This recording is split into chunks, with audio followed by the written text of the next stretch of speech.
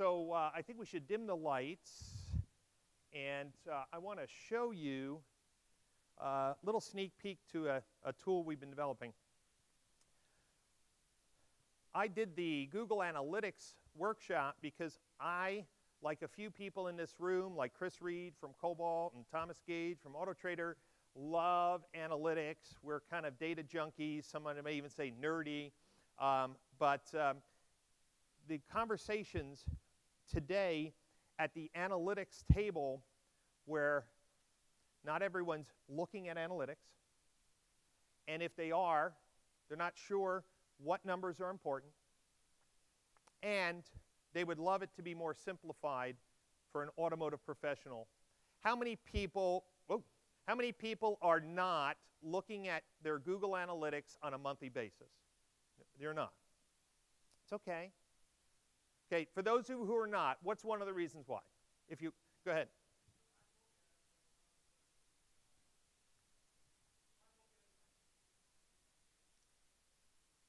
Right. So if there's no actionable data and those things never get done, why keep on going back? Anybody else? If you're not looking at Google Analytics for a reason? How about those of you who are? Anybody want to admit, I'm just looking at the numbers, but I really don't know what I should be doing with it? Okay, anybody else? So think about some conversation questions that we have here. Let's see if this, is this not turned on? Hold on.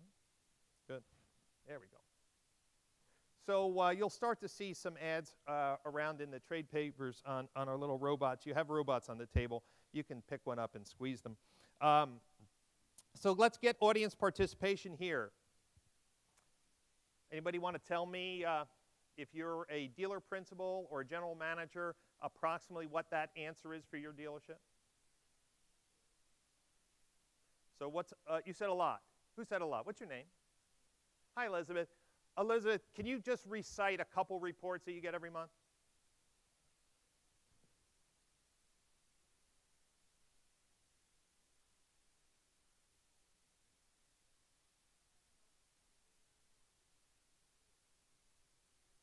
Okay.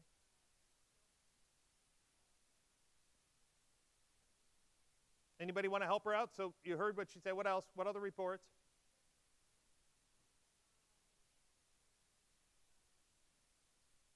Okay. Google Analytics, pay-per-click. Anybody get any chat reports? Okay, chat. Okay. You get the idea. There's probably a dozen reports regarding your marketing. And then how many logins do you have? You laugh, right? I go crazy because of all the accounts I have. So it's really getting to be a little bit of a problem. And then here's the big thing. What's the actionable data? One of the things that you'll learn tomorrow from research that Cobalt has done, there is a very important metric that Google Analytics shares that website providers can show if they choose that is directly correlated to selling more cars. But you wouldn't know to look for it unless someone told you, and you wouldn't know what to do with it unless someone showed you. So just looking at data is not going to help you make actionable decisions. Our belief is that there's some KPIs or key performance indicators that will help you make better decisions on your marketing dollars and run your dealership. And we also believe that when certain thresholds get out of whack, that there's normally a problem. So how many of you have switched their primary website in the last year? Anybody? Okay. So one of the most common things, if you switch your website, is your new website provider didn't copy your Google Analytics code to your new site. And it could go a month, or 2 months, or 3 months. But wouldn't it be cool if you had your analytics tracking and say, hey, if your traffic to your website drops over a certain percentage, 25%, send me an email, something's wrong? Can you afford to lose 3, 4, I've seen dealers lose 6, 9 months, or not even have it installed? Who's doing that? What would happen if your cost per click just went through the roof? Right? or your chats. How about this one? Unanswered chats. Do you really want to wait once a month until you finding that your percentage of unanswered chats are off the roof? Have you ever been pissed at looking at one of those reports, those 12-plus reports, and said, if somebody would have alerted me earlier, I would have made a different decision? Anybody feel that way? Happens all the time. So the real question is then is how well is our vendor data alerting us when our give a shit meter is set and it goes off the hook? Meaning, if I'm trending certain amount of website leads, and what happens when that goes down 10 or 20%, do you find out at the end of the month? You with me? Wouldn't it be cool if you were the dealer, principal, general manager, general sales manager, and said, this is where my data is trending. If I go 10 or 20% above this, just send me an email and say, hey, now it may be good, because you just decided this month to call up Cobalt and say, double my DAP spending, it's going great. So your alerts go off the hook. Your phone calls went up 25%. Your leads go up. It's like, great, yeah, those alerts are perfect because I increased my budget. But what if something was flying off the hook and you didn't have no clue what was going on? Wouldn't you want to figure out what's happening? So the other thing is that dealership marketing investments are normally correlated, but those 12 reports that you just listed, they're independent silos. They're independent silos, and I think we have to move to a time when we talk about strategy, and this conference is all about strategy, we have to look at our data differently. For example, follow along with me, and someone can raise their hand and give me some feedback. I'm a dealer. I'm on a dealer.com website, and I'm using TCD, and I'm spending $5,000 a month. I go to a digital marketing conference, and I realize that I'm not spending enough on paid search, and I call up dealer.com and say, I want to go to $8,000 or $9,000. The next month, you'll get your TCD report, right? What should also be happening when you think of all the other reports? What else should be happening? What other vendor triggers would that investment going from 5,000 to 8,000 or 10,000 start to happen? What else? What's that? Internet leads should be going up. What else? Phone, what else? Hopefully sales. Shouldn't your chat sessions go up? Right? But could you believe there's a situation where a dealer blows up his pay-per-click budget and didn't think that they needed to increase their BDC or internet staff? Is that possible? Happens all the time, doesn't it? So what happens if you were able to correlate your pay-per-click spend and overlay to that graph your chat sessions? What if your chat sessions were going like this, and the day that you clicked up your budget, they started to do this? What would that tell you? Just think of a chart. Here's my pay-per-click spend, shoot it up. My chat sessions on a trend start leveling off. What would that tell you as a general manager, general sales manager? They stopped taking the chats. They were getting so many leads or phone calls, they're not. But you understand the chat report would never link that change in spend, right?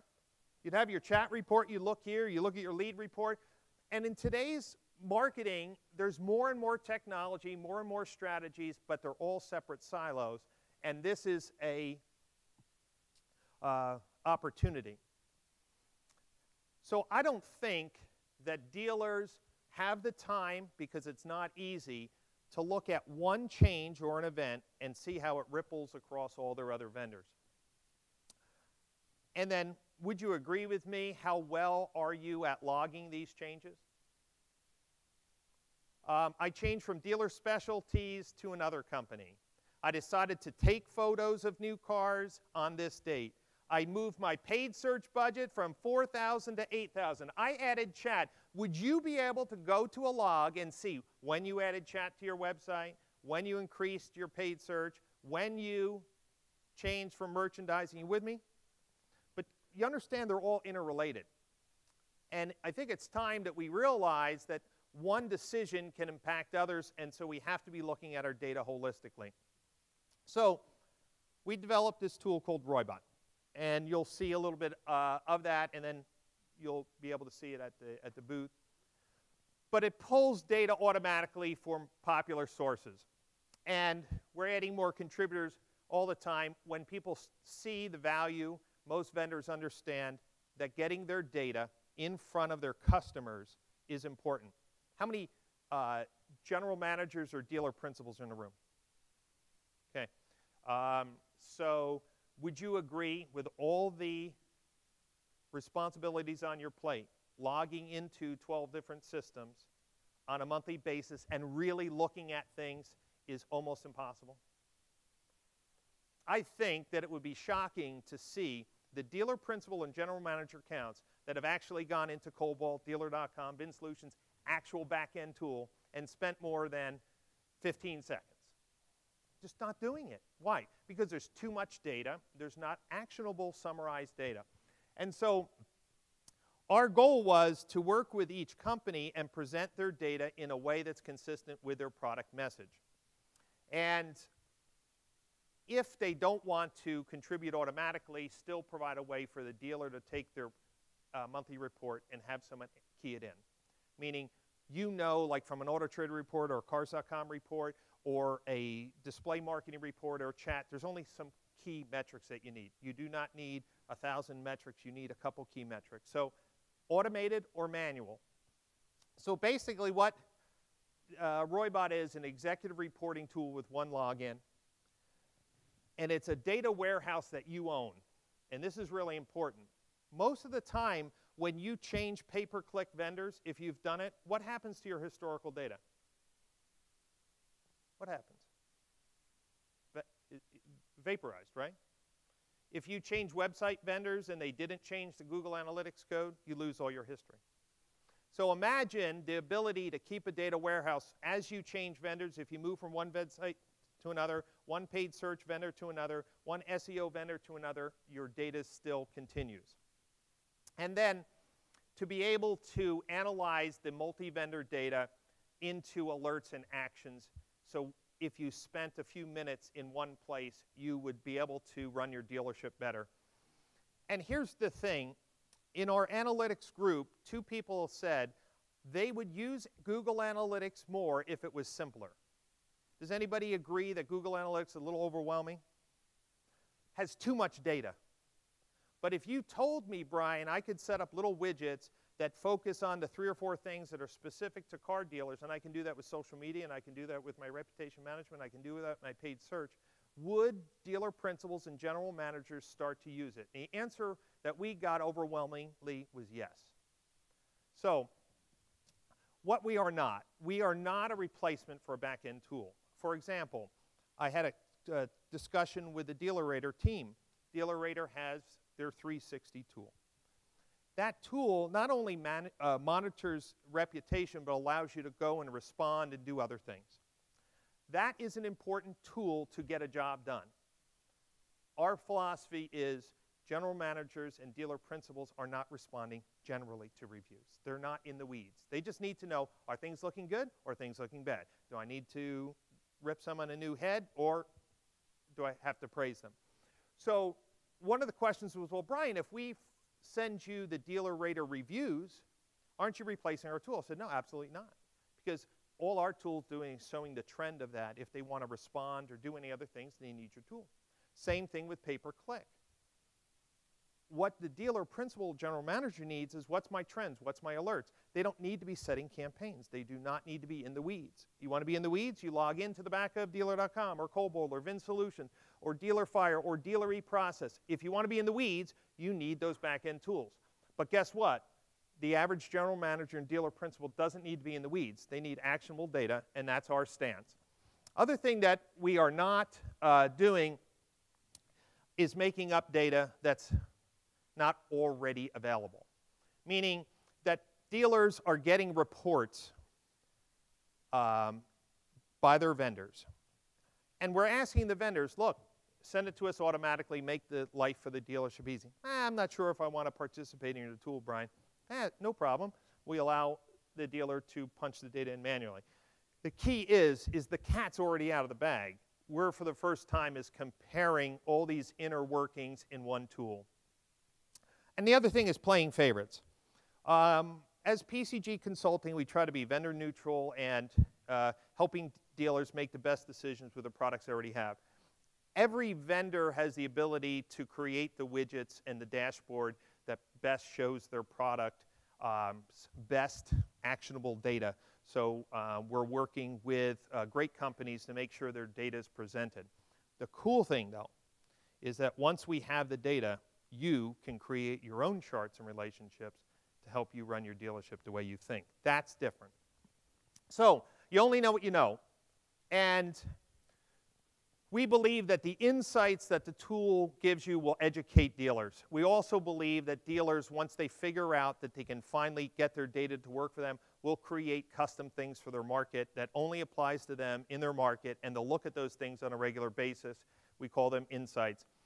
And the idea is that you could take this on your iPad or your laptop and go at a meeting and review it to actually make business decisions.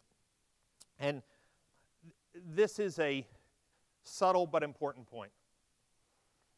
Dealers need to understand their data better before they compare themselves to other dealerships. For example, if I have two dealers and they're on a Dealer eProcess website, they may do different merchandising. They may use Dealer eProcess chat. They may use Contact at Once. They may be using Haystack for pay-per-click. They may be using someone else for pay-per-click. There's so many variables. I hate when someone goes to a meeting and says, this is the conversion rate, or this is how many leads, or this is what we should be doing, and they have no idea. They've never looked at their own data.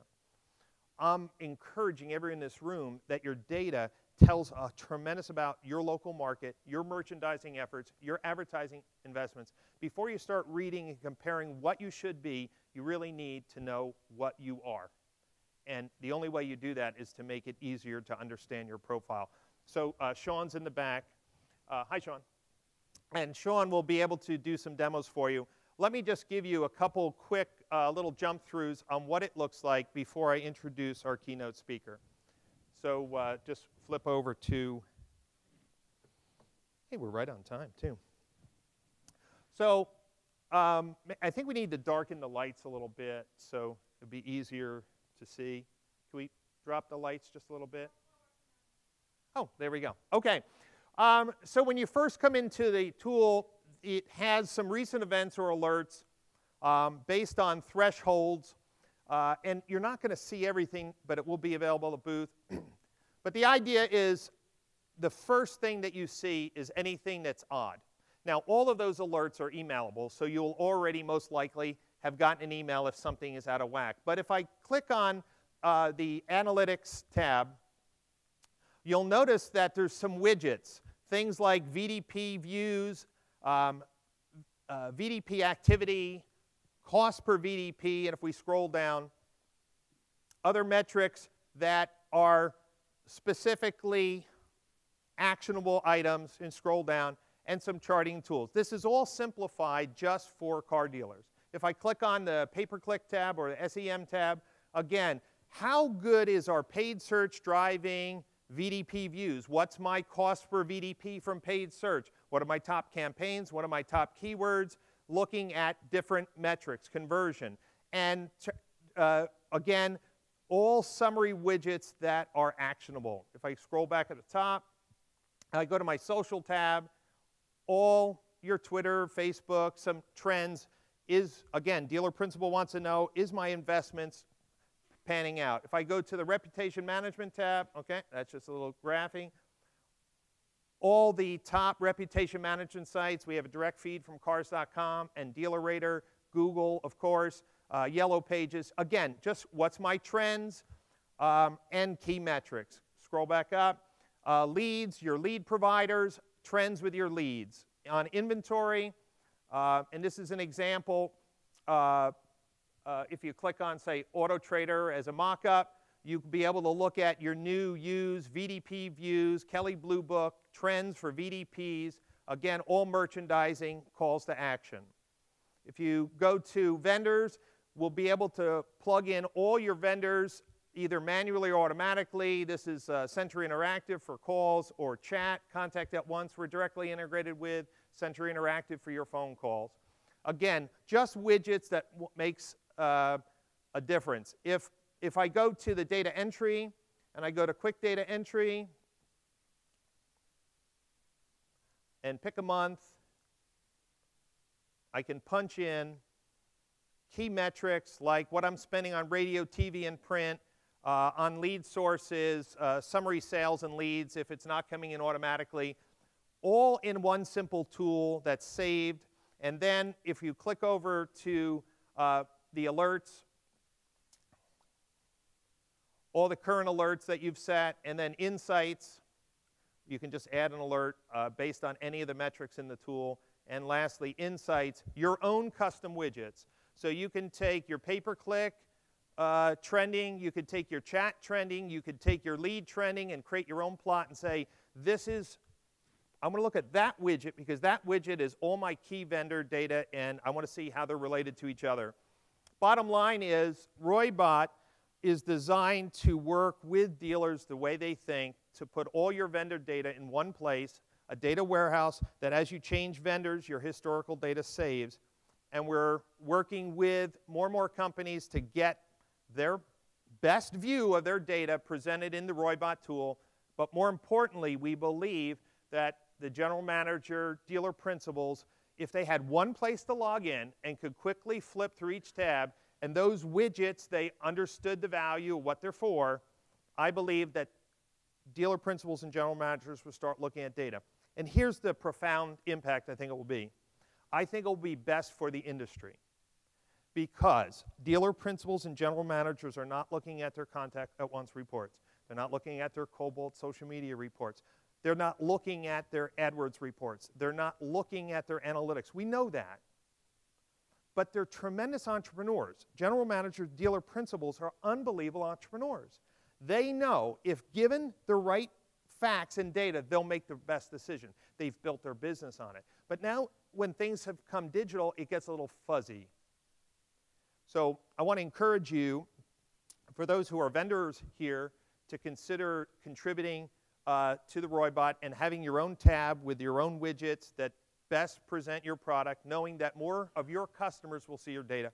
And if you're a dealer, to recommend insights that you may have or want, and let us show you how that can be done. But more importantly, I think the whole industry will benefit when dealers can have a discussion against all their data partners. Like, for example, Jerry Tebow does phone coaching.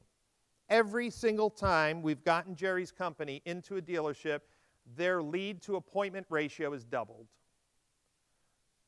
Is a dealer principal really going to log into Jerry Tebow's back-end tool and look at all the scores and grading? Unlikely on a regular basis. But if he just had a widget that said Phone Ninjas and he would see, okay, on this date I hired Jerry Tebow, let me plot my lead to appointment ratio. If Jerry's shit's working, this better be going like this. If it's flat-lined, I fire Jerry. You understand? It happens on all levels. So we're very excited about the tool. We believe that transparency among vendors is the key. And the vendors in this room who believe that dealers should own their data, understand their data, and view their data, I think will win in the years ahead because transparency is really what dealers want. They really want actionable data to run their business. And today, there's too many logins, too many reports, and everything's uncorrelated. Would you agree? Great. Do you like the direction of the tool? Some heads are shaking. Good. We're excited about it because it represents a change, and we hope it's market disrupting in a sense that it gets dealers to start looking at their data on a regular basis. So I want to turn over to the slide deck. Do we have Amit's presentation loaded up? Great. So I'm really excited to introduce Amit from DealerTrack. I went to their offices in North Jersey a few months ago, and they showed me, like other companies do, a little preview of what's coming. Of course, when they purchased ClickMotive, I was like, what's going on? What's your strategy? Where are you going? What's exciting? And they showed me some really, really cool things. More importantly, their vision for the future of car sales challenged me. There were some things shared with me, especially with like the payment driver, and their vision on what car sales are going to look like in the years ahead made me scratch and like, oh, they're on to something.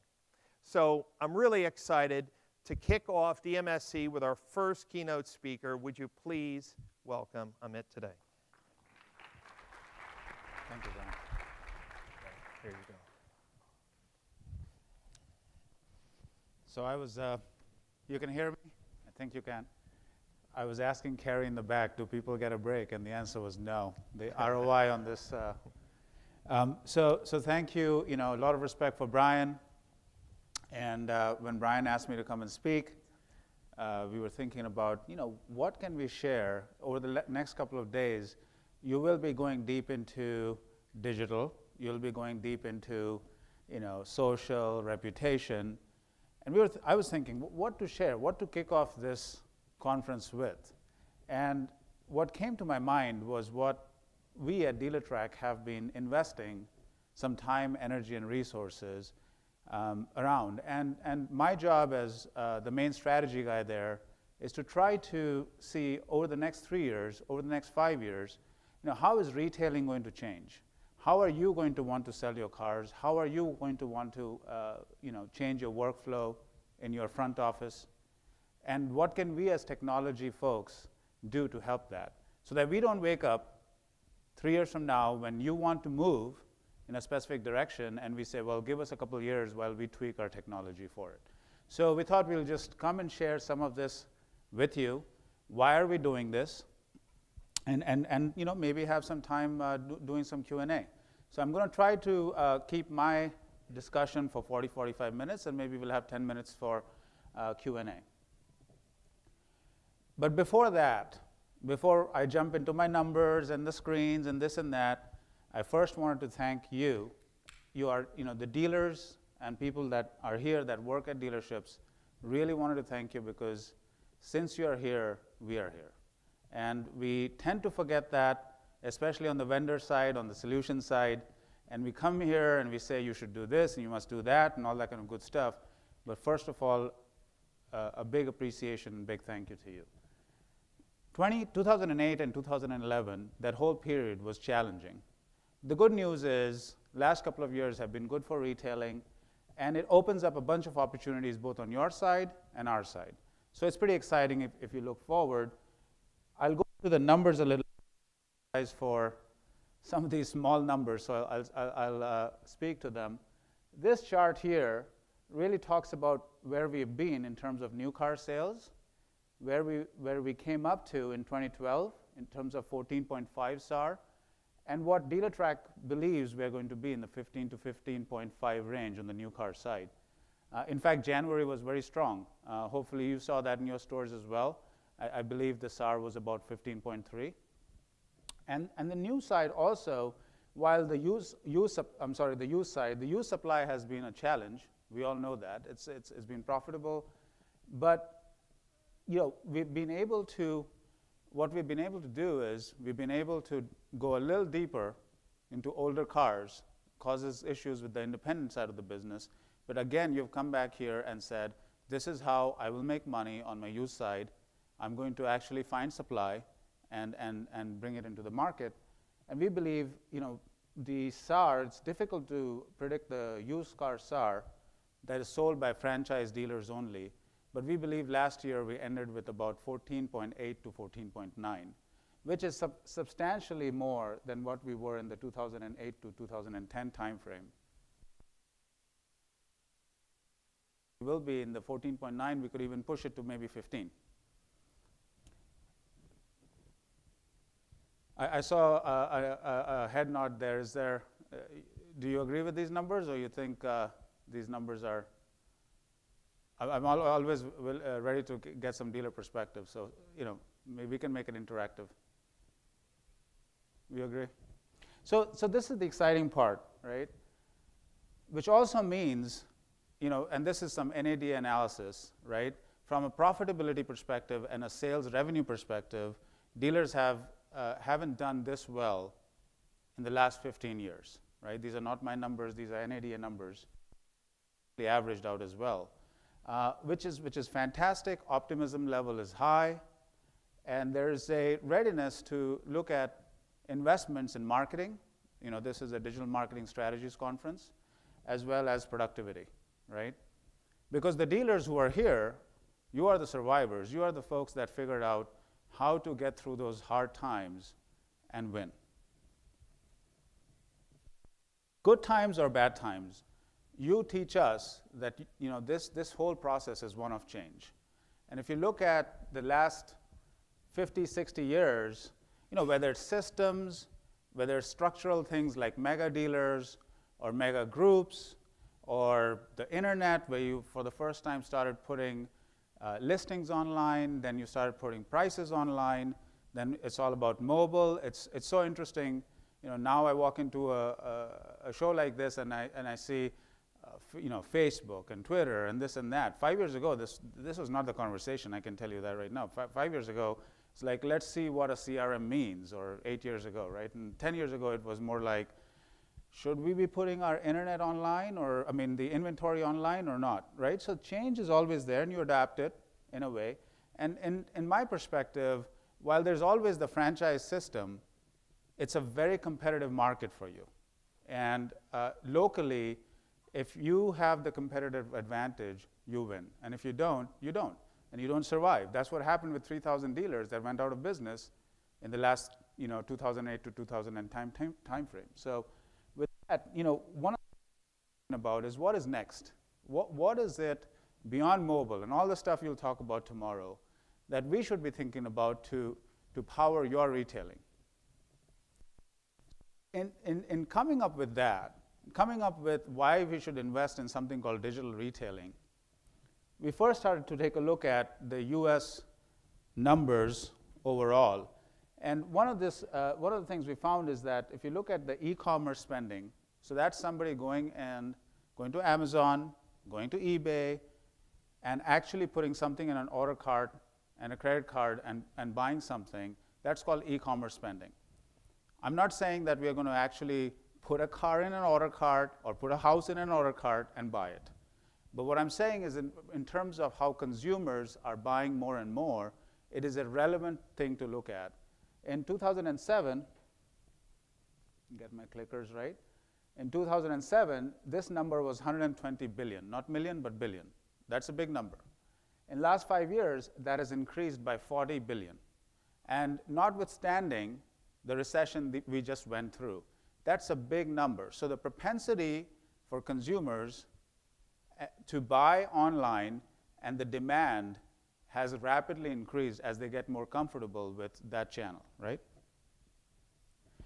The other thing, this chart here just talks about how much people use the internet for online research and buying. I don't need to tell you that in the auto space, right?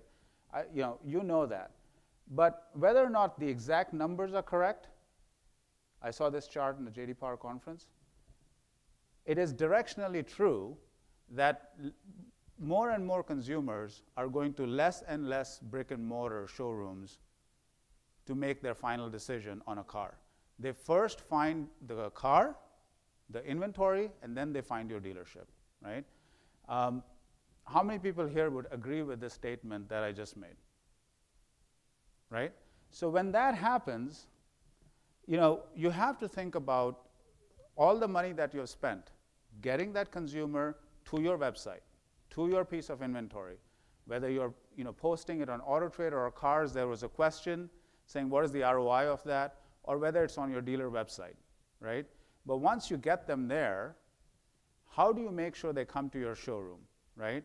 Is it just the price of the car? Is it just the piece of inventory, or can it be more, right? Because that's where the consumer is deciding whether or not they're going to pick you as the dealer to go visit that $1.1 1.3 number you see here. So with that in mind, we did a survey last year, a DealerTrack Zogby survey. And what we did was we asked about 1,000 or 1,500 newly minted car buyers, what would your likelihood be if we were to say you could fully or substantially have completed that process you just went through in the showroom online, right? And we defined substantially as almost all of the process, but you would still go to the dealership and take delivery of the car and sign a few pieces of paper, right? But you'll be in and out within 15 to 30 minutes. And this is kind of the response histogram we saw. The 20 to 29-year-olds, which is what we call the millennials, about 70% said they would be very comfortable with that process. In fact, that's how they would like the process to be. But if you moved it all the way to the 50 to 59-year-olds, that number significantly. It's really, in our opinion, difficult to just average this number out and say it's in the 40–45% range. You really got to pay attention to the future buyers. So with that, one fine Sunday, I decided to open up the US Census Bureau forecasts of numbers, and there are a lot of numbers in there. And I did have to open a bottle of wine as well to keep me company, and try to figure out what happens to those buyers over time. What percentage of your buying population over time does that set of buyers become? Do those millennials become? And also, our children, when do they become effective in terms of a car buyers? It's easy to say, teenagers, they love social, they like the digital stuff, but if they're not buying from us, why should we be worried about it, right? But this is kind of what happens. In 2010, so a couple of years ago, right, the Gen Y, or the millennials, folks that were born 1980 and after, was only 20% of the car buying population. And then Gen Z here is called Gen Digital. They are at this point, they're not a buyer, right? Because they were born 2000 and after, right? So from that, and by the way, this generation is called the internet-enabled generation. This is the generation that, how many people here have teenagers that will not pick up your phone call but might answer your text, right? So this is the generation, right? They're more apt to discuss through the internet or talk through the internet or technology via in person. That generation, 20% 2010, becomes 60% by 2015. Well, that's 10 years later, right? We'll see what happens in 10 years. A lot of things can change. But this starts to increase every couple of years. They become, 40% in a couple of years from now. They become, 50 to 55% later on. From our perspective, as we're thinking about where to invest our technology and work with our customers, we look at this kind of demographic change. The other thing is I want a couple of recent announcements, right? You probably read about it, some of you, some I will just bring up to speed on. One was the AutoNation announcement around rebranding all their mainstream stores, not their luxury stores, just as AutoNation, right? So that is an important. I think Mike Jackson tried to do that a few years ago, and he talks about it in this particular article with Auto News. But really, this time, they've absolutely gone ahead and pulled the trigger, and it's done in addition with, or in conjunction with, a few other things that are important to note. $3.7 billion in facilities improvement across the board. Consolidation of certain functions. Now that they're a mega dealer group, right? So to them, that makes sense. If you're a single point or you're a 3-point store, what does that mean, right? But the other thing that if you really read through the lines here, but in between the lines, there's a $50 million bet on not only new websites, but what they call the digital storefront, which is a combination, per the article, where they are going to try to figure out how to take their call center or their BDC, their internet website, as well as the showroom, and truly come up with some kind of a transactional flow, not just marketing, not just generating leads, in terms of what they call their digital storefront, right? So that's going to be an interesting thing to watch. But it's also interesting to note that they're not saying sell a car online. That's not what I'm talking about here. I'm just talking about how you take all these medias to deliver that workflow from multiple different channels. The other kind of announcement I just came across recently was a 100% online used car dealer called Carvana, supported by Drive Time, opened up a dealership in Georgia with a physical 150 car facility or warehouse in Windsor, Georgia, and they guarantee that if you buy this car, you will get delivered that car within the next day if you are in the metropolitan Georgia area, Atlanta area. The other one, this is actually one of our customers. This is the Easterns Group in Virginia. They have launched another online dealership called Direct Car Buying, where they search, compare loan offers, lock-in financing, come in, sign and drive and go, right? This is a slightly different view of what we are seeing in terms of what AutoNation was talking about, where you're trying to merge all of it together in a workflow. And what these guys are launching is this 100% online. But the reality is if you look, you open the covers up, it all still needs human interaction, and it always will, in our opinion. I don't know about others, but at least from a dealer track perspective, it still needs people to either come to a dealership and get that deal closed, sell the customer, things like that. But these are just a few recent examples I wanted to share with you, which basically tells me that dealers are starting to think about digital retailing. So let me define what digital retailing is. We all know, right? Digital marketing is big. That's why we are sitting here. It's a structural shift in how you market, target, and attract consumers to your store, your inventory, to yourself, right? That's great. You spend a lot of money doing that.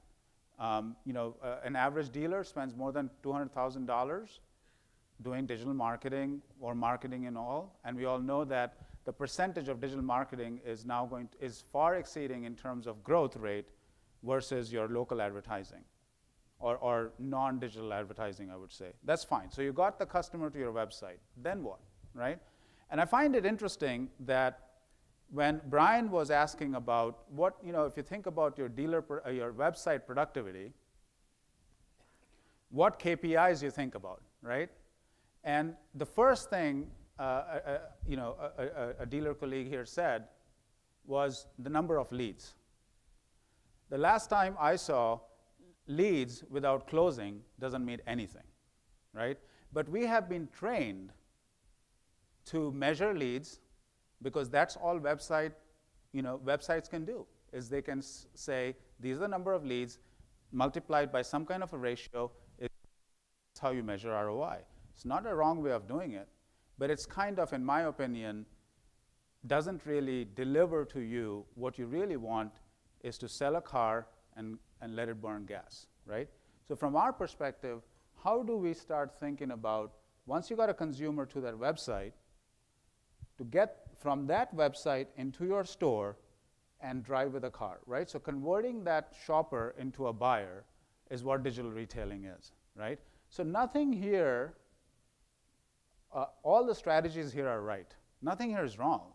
It's right. This is just building upon that consumer has come to your inventory, and before they flip and go to somebody else's inventory, your competition's inventory, how do you get them into the store, right? Because ultimately, the conversion is how you should be looking at your business, not just the total number of leads or the total number of chats or whatever have you.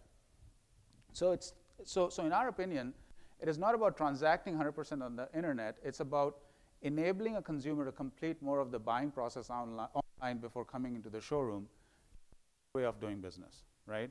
And that's really important for someone like DealerTrack. So Brian did talk about, he left scratching his head, And there's been a lot of people that have come in the past and said, well, we can go ahead and sell cars online and stuff like that. Our challenge is, you are our customers. So how do we take our systems, and whether you do desking with us, whether you do a credit application with us, whether you use us for a DMS, whatever it is, how do we open up those systems to be able to achieve this using the way you do business based on some portal or whatever it is, right? So why is it relevant? So we talked about the internet generations. We talked about the online buying patterns and the e-commerce patterns. Talked about what digital retailing means. So a digital retailing strategy delivers better ROI on your existing or maybe future digital marketing spend. You spend a lot of money. Who spends money here on Google AdWords? Right? That's not cheap, right? So if you can take that spend, and if you have a implied conversion of leads at 15% or 18%, and you can improve it to 25 to 27%, you get an automatic pop on the digital marketing spend. So it's really about supercharging that spend in terms of ROI, right? Second, it creates a competitive advantage in your workplace. Well, if you're not going to, if you're going to force a consumer to come into your showroom, the future consumer, to find out what their affordability is going to be sitting there for an hour, hour and a half while you figure out what the financing situation is going to be, all it takes is your competitor to advertise and to do it online or over the phone before the affords you a competitive advantage. It also allows you to sell to a consumer on how they want to buy, which is based on payment. So we see a lot of finance data, right, at DealerTrack. So last I saw, about 74 to 76% of all used car transactions were financed, and about 65 of all new car transactions were also financed. And that is indirect dealer-driven financing, right? So there's about 5 to 10% on the direct financing space, right? So that's how consumers buy, right? Now, when was the last time you called Verizon or Comcast or somebody like that and they said, well, Mr. Customer, for the next years of cable, I'm going to charge you $4,000, right? The way they sell is triple play, $9.99 or $99 a month, you get this and this and this, right? And that's how you look at First Pencil, but if you look at your website, it's all about price. It focuses on the quality of leads versus quantity of leads. How many people here have sales guys, internet sales guys, BDC guys who are tired at the number of leads either the OEM is pushing or Auto by Tel or any other, it doesn't really matter who's pushing, and to find out that this is a dead end, right? A lot. So how about spending time on leads that are quality, not figuring out how many leads did this thing generate for me?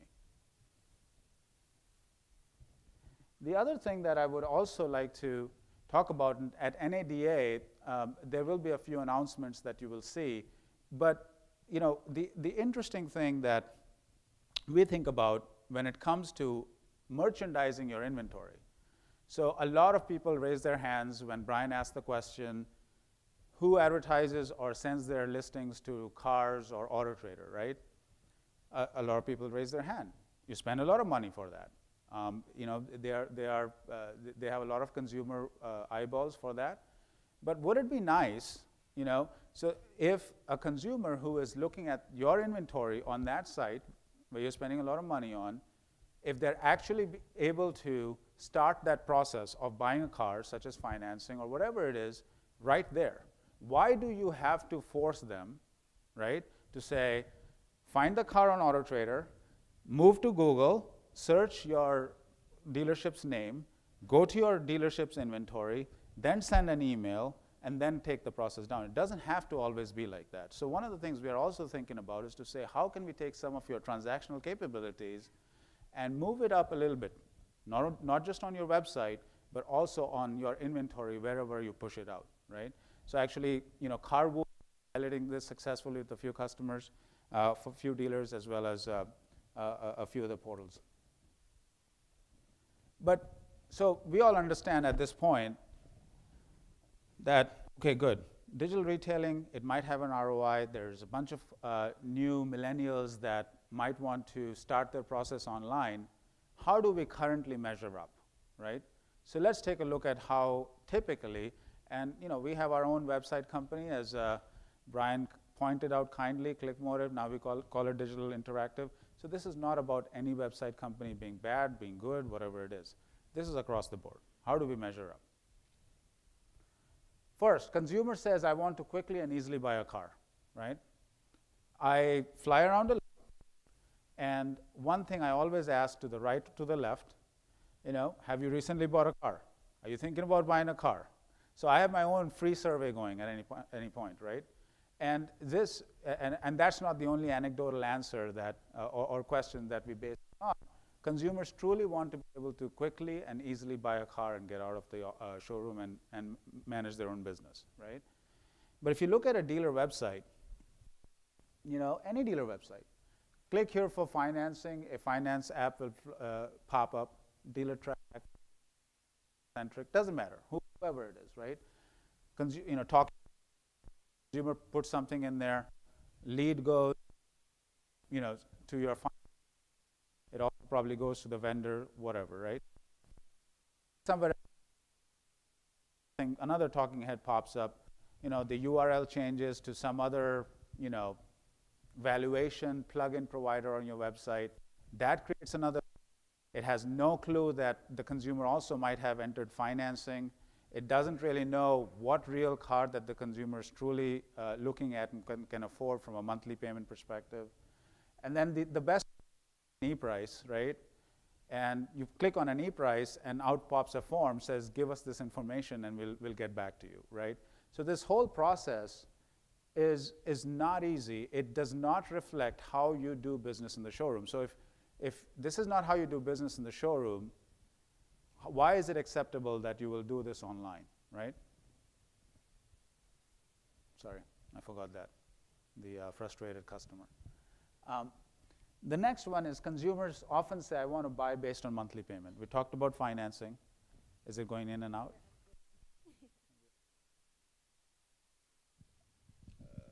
Do I switch? Is this better? Okay, wow. I guess I passed the first Brian Pasch test. Now I get the real mic. So consumers say, I want to buy based on monthly payment, right? So what I did was I went to a Ford site. Doesn't matter which OEM, right? I went to a Ford site, the brand site for my area. I configured a Taurus, and the Taurus price was $26,600, something like that. And the monthly payment they were showing for a good credit customer was $372. Immediately I flipped. I added a tab on my browser. I did a search on Ford Taurus in my zip code, which was the same zip code I'd put in, and out popped a bunch of inventory Tauruses. And the first one that I looked at, this is actually $700 cheaper than the one I had configured online. The payment was $414 for the top tier customer, right? So suddenly it's gone from the 300s to the 400s, right? It gets even more interesting when you compare competitive dealer websites for similar priced models of the same trim, right? In this case, I went in and put in a RAV4. The price was about $24,600. When I put that in, I got two dealers to pop up in Google, right? Went to one, the payment was showing $447, price is $24,600. The other one was showing $275 with a whole bunch of different, as you can see, disclaimers. It's like half down and 84%, 84 months financing, all that kind of good stuff, 0.9%, $275. But, I am from this industry. If I'm a consumer who's looking, who am I going to call first, right? And the interesting part is, so I went into our desking product, SalesMaker, and the real retail program, was about $377 for retail, and the lease was at about $273. So you're really setting yourself up. If I'm dealer one, right, I'm just pricing myself out of the market. I don't even know why I have payments there. And if I'm dealer two, you're definitely setting it up for, let's come into the showroom and we'll see what we can do for you, right? And I don't think in both cases it ultimately helps the cause. And to illustrate the point, I just cut out a newspaper ad on payments, any dealership, And would it be acceptable to put in those type of payments that really don't mean anything on your newspaper ads? Probably not. So why is it acceptable on your websites, right? So that's the second issue that I wanted to bring. One was one of workflow, lots of pop-ups and this and that don't really go anywhere. Second was around so much focus on pricing, but almost no focus on payments, which is how you actually sell in the showroom, right? The third one I wanted to highlight was one related to financing. So consumer says, I want to know if I can finance this car now. And we see this again and again and again. Big form, sometimes a small form comes up, fill out all this information. Next thing that happens is, thank you, we will contact you with the status of your inquiry, right? So in this age of instant gratification, in this age where a consumer can just flip and go to somebody else, your competitor, this is the typical answer that often comes back. And not only that, the interesting part is 1 out of 4 finance leads when we studied in December was not even opened, right? So consumer went in, filled all this stuff out, 1 out of 4 finance lead was not even opened. In the meantime, as a general manager, you're probably paying somebody else $20 per lead for an email, for a phone number, for whatever it is, right? So that's also another interesting statistic. The last example I would give is one related to the trade-in value.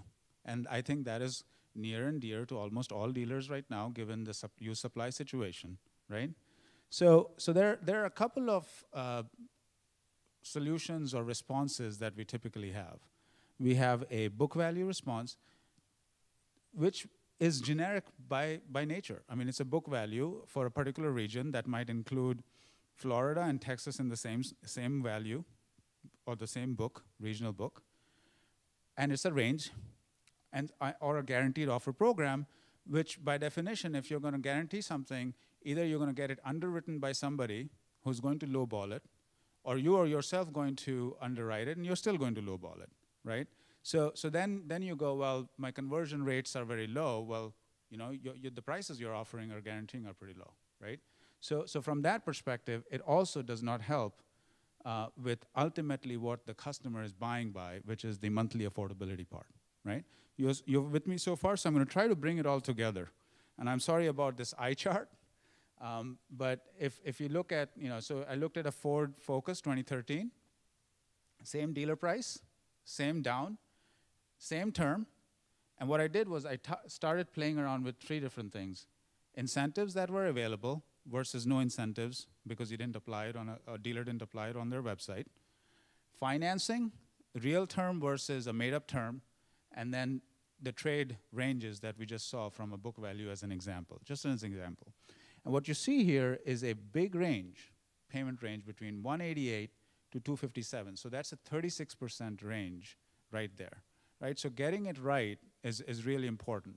And the reason we are saying this is to say, we understand that digital retailing might be coming, but I'm not sure as an industry we are ready to go out there. And that comes out in different ways versus I'm a little worried about showing payments online because I don't know if the customer is going to qualify for this, or those are big things because we as technology providers have not enabled you to do it correctly. So that's how we at DealerTrack have been thinking about it, right? Which leads me to our model, and I'll read through these words because they're small. Our proposed model for digital retailing is the following. Now, actually this right here, this circle, whether you sell a car all in the store, whether you sell a car all online, you do some combination thereof, these are steps of the sales process, right? I research a car, then I find a car that I want in inventory. That's how often I find a dealer now. I look at pricing and payments and incentives. It's a new car, affordability. I also like to see who's going to finance me what, because 50%, almost 50% of consumers now are either near prime or subprime. And as part of that, my trade-in is a big component of that affordability equation, right? And then from there, we'd obviously like to have some gap insurance and the menu items and the deal.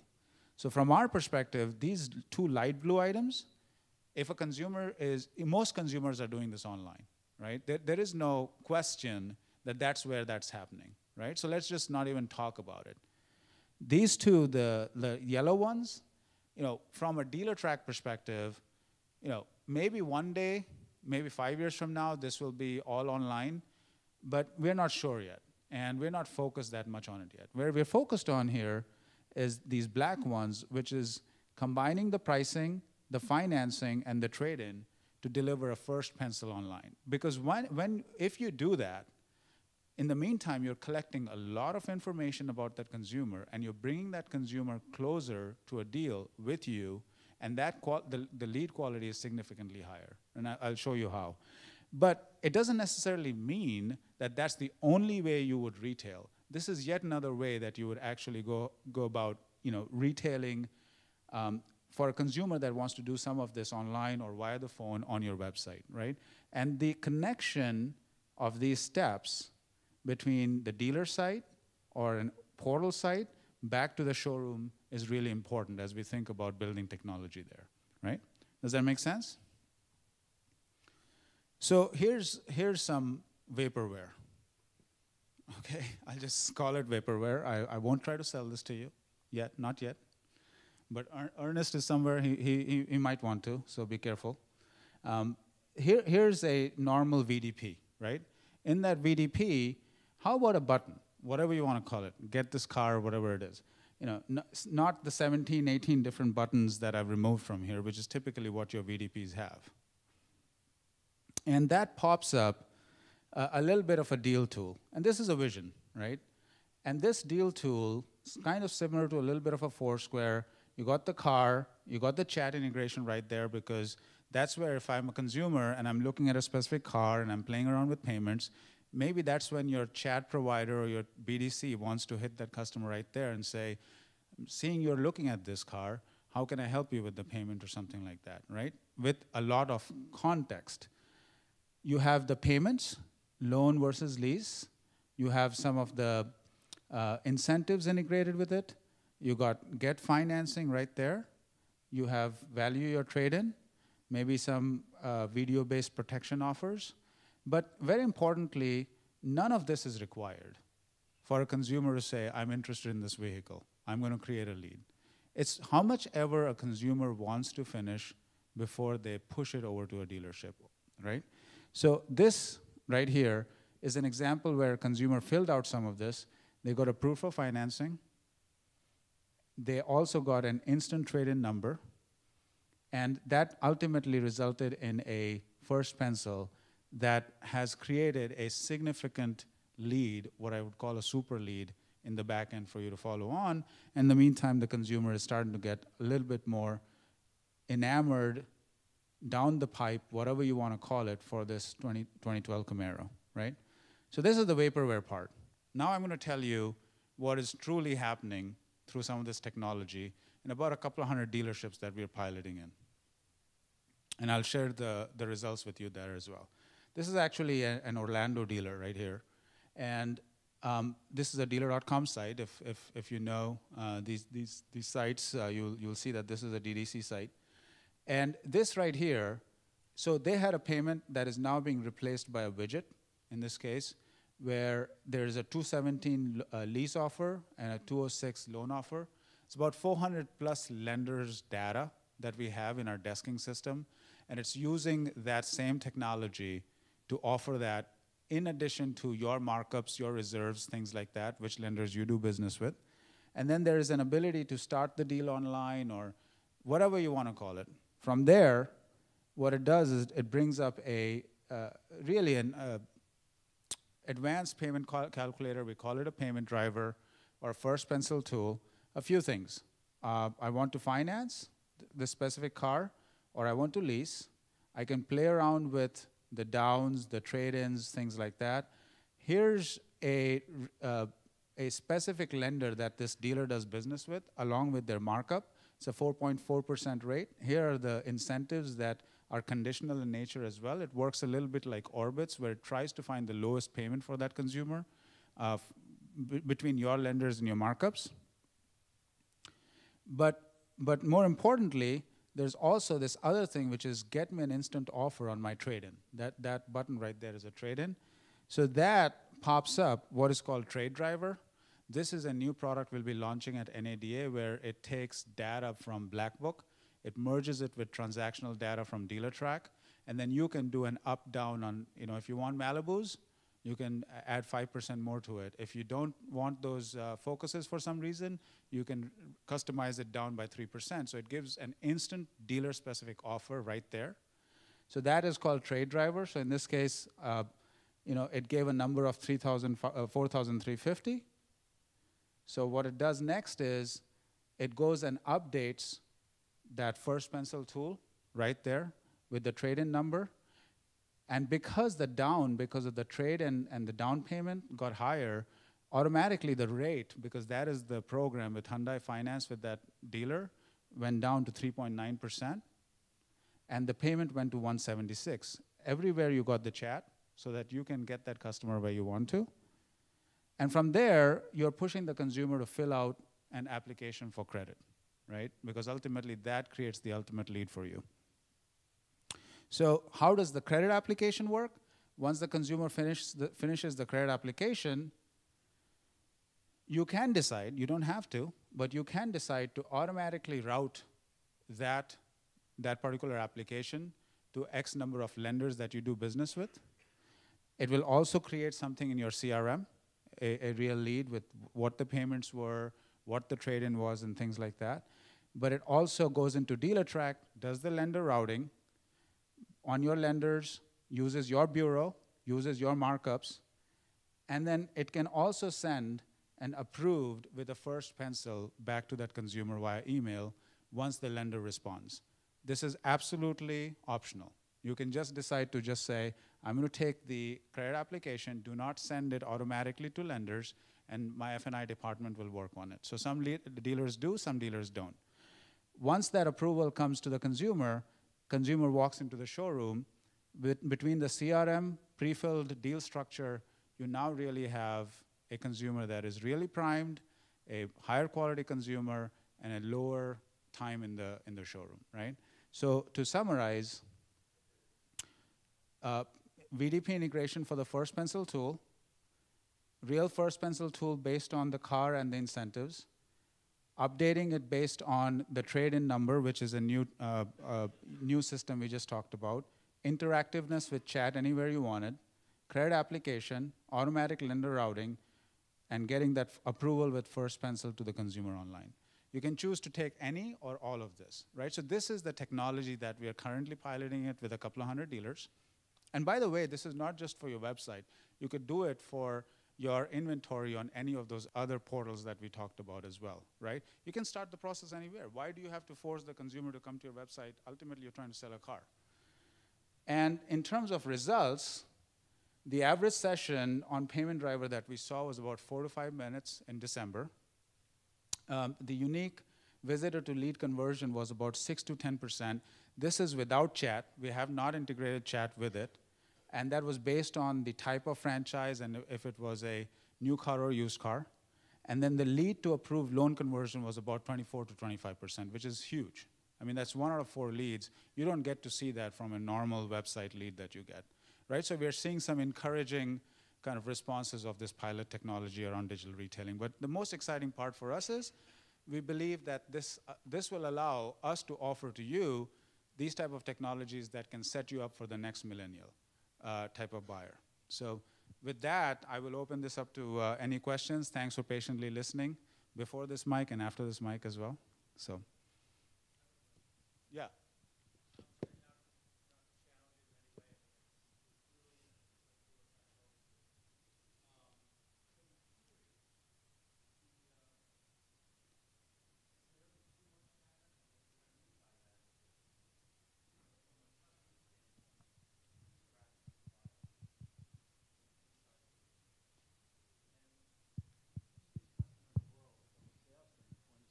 Walks in completely prepared from another dealership's visit. You know, I wish I had that customer available to me every day. This is what I got for my trade. This is what I was offered for this, and so on and so forth. It's the nature of the customer in this industry to constantly feel that they have to do that additional shopping to get the best deal.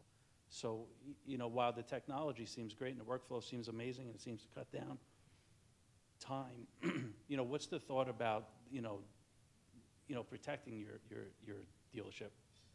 Yeah, no, that's a great question. And I would say a lot of dealers ask this very relevant question. Our goal is not to remove that interaction.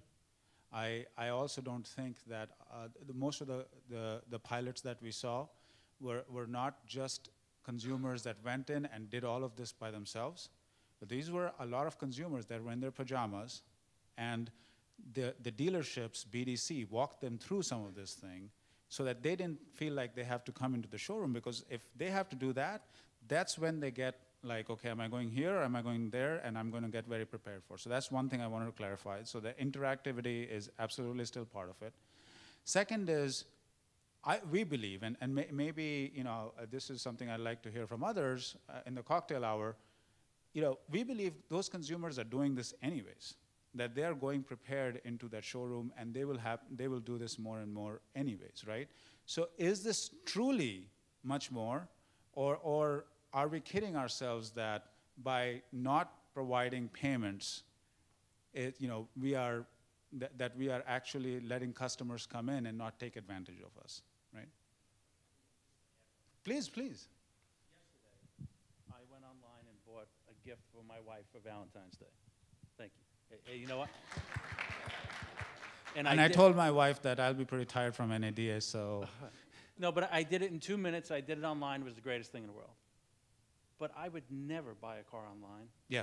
And I would never accept one offer at one time with one display of value. I just wouldn't do it. Yeah. I would make comparisons and shop.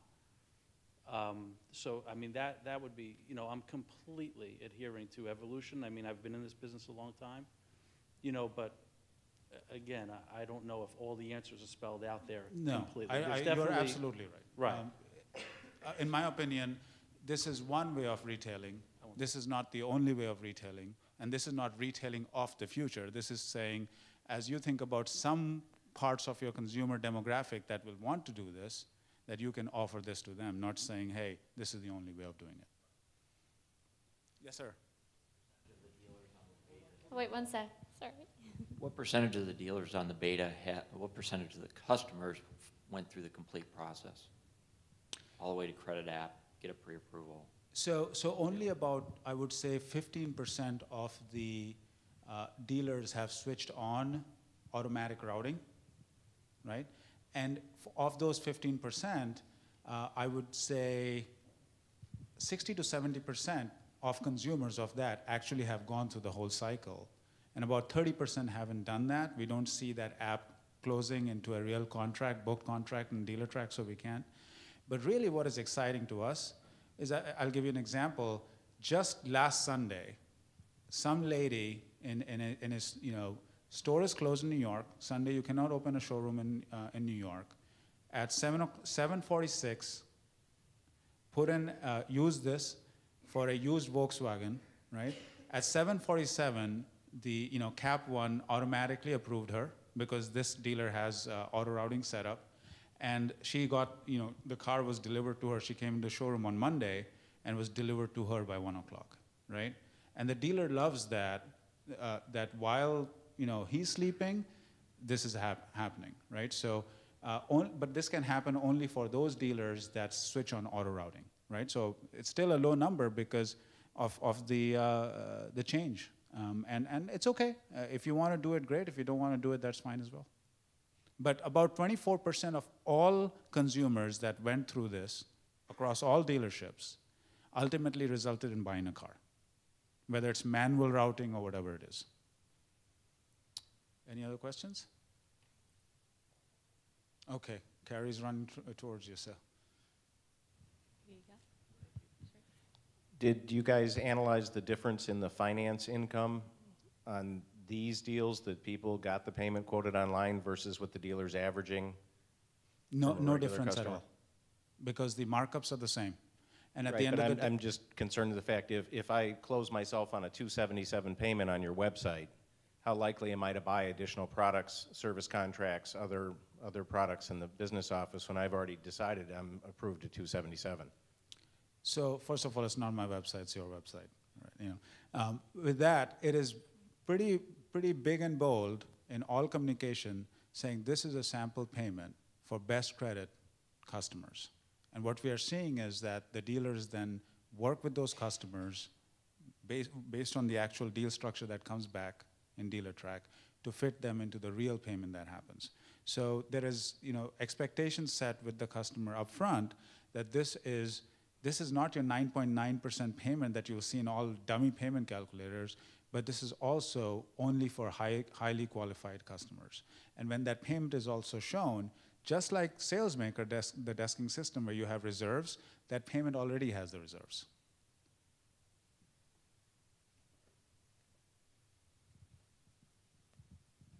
I'm just kind of hitchhiking a little bit on the gentleman's concern about how it affected finance income.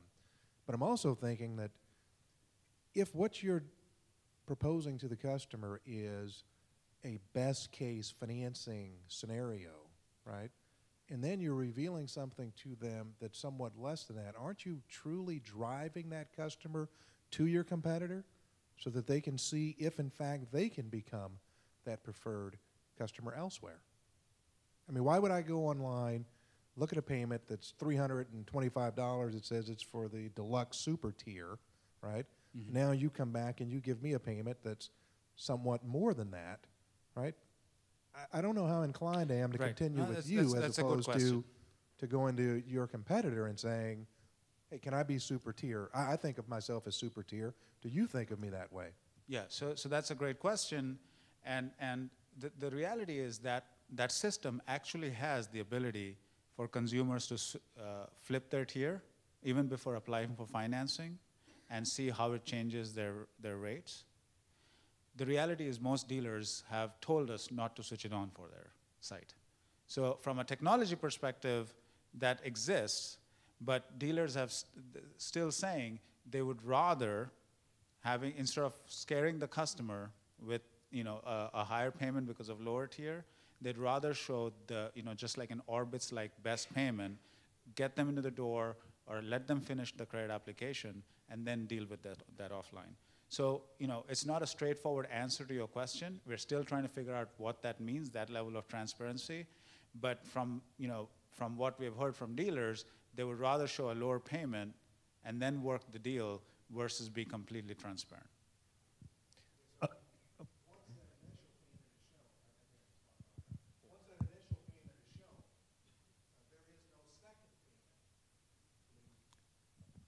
There is, but a dealer controls it to say, do they want to show the second payment or not?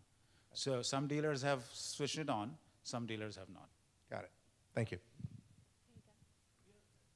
I'm not saying that you can bring the mic over there. I'm just going to say. Oh, no, I was looking at Brian, who's. Brian has a question. One sec. It almost seems like kind of similar to the one price theory. When 1 million customers were surveyed, they all wanted one price, no haggle, no negotiation. But then the couple of companies that went that way seem to be, a lot of stuff very good. Totally agree. So one thing that we didn't talk about is online negotiation in this.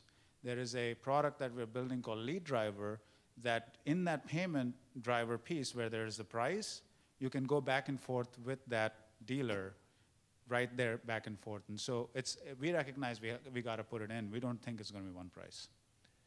Amit, question for the audience first. For the people here, how many people think that the average consumer knows pretty accurately their credit score? Consumer knows their credit score? So yeah, most? So, Amit, just so for clarification, because I saw something at one time at the office, when you were talking about allowing them to flip, the tool has the option to put in their credit score that they know, and it will then drive a more accurate number. Is that correct? That is correct. And you were just saying that some dealers have not enabled that field to be punched in by the consumer. Correct. Okay. I thought for my son's generation, who's 16, who does everything online, and I know the concern of people who have been in the business a long time, but I like that transparency. I'm going to buy a car in May, and I'd like to be able to go in and say, here's my credit score, here's the car, boop, boop, boop, you know, and aside from the upsell, I love that the credit score was part of the tool. Yeah, yeah. So we have that, but we also recognize that not all dealers. I mean, you know, I hate it when say, oh, dealers think like this or dealers think like that. That is not. That to me is a, you know, that is. So we have just given that back to the dealers in terms of how they want to do that business. So, Amit, have you found that this tool is being used internally? yeah. So on a Saturday, right? I can tell you, we have, you know, of these couple of hundred dealers, a lot of times they'll bring out iPads and they'll let consumers play with this because they're backed up, or the, you know, the F&I office is backed up, and they're playing with this in the showroom. They're finding inventory based on payment, and they're actually applying for credit, and that's getting pushed right into the F&I department. So it's not just being done online in pajamas, it's also being done in the showroom. Because a lot of times your salespeople might not really have an idea of what those payments truly are, and when it backs up, it's better to help through that process with the iPads.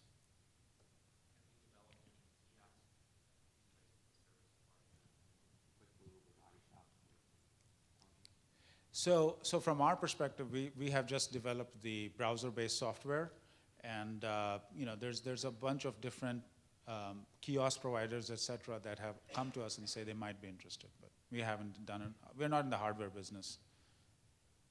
Any other questions? Last questions? Oh, one more. Here we go.